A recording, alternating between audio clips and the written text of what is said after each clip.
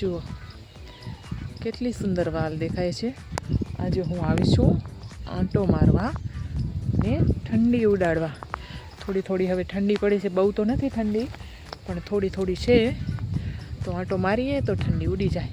જો જોઈ શકો છો કેટલી સુંદર વાલ છે, કેટલા સરસ લાગે છે.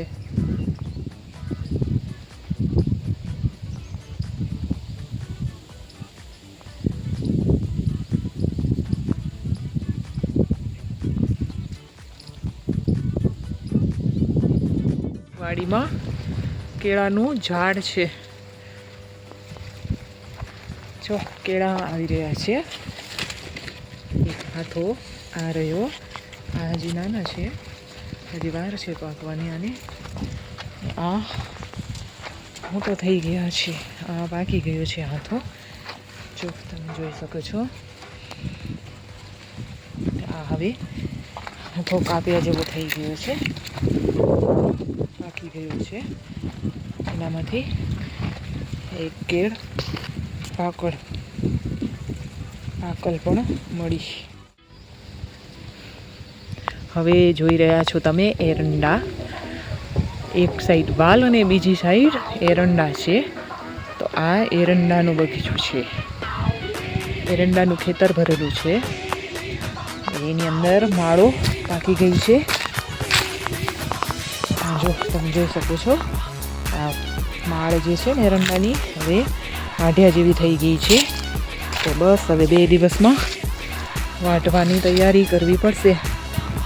જુઓ કેટલા સુંદર એરંડા છે, બહુ મસ્ત ગ્રીન ગ્રીન છે. અને માળો પણ જોઈ શકો છો કેટલી બધી છે. આ એરંડાનો બગીચો, એરંડાના ઝાડવા છે, આ ખેતર ભરેલું છે એરંડાનું, બહુ સુંદર મજાનું. જો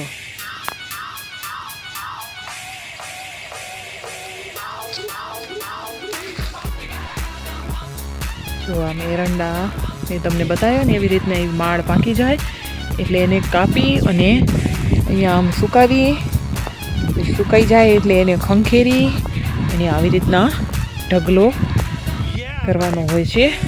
અને તમે જોઈ શકો છો પહેલાં જે માળ પાકી ગઈ છે ને એને કાપી અને સુકાવીને આવી રીતના એક ઢગલો બનાવ્યો છે. એક આ જોઈ શકો છો, એની આગળ પણ એવી રીતના ઢગલી બનાવેલી છે.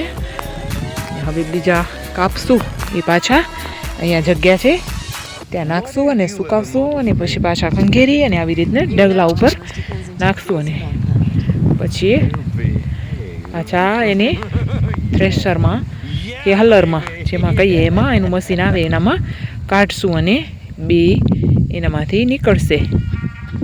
તો દોસ્તો હવે બીજા વ્લોગ સાથે મળીએ ફરી.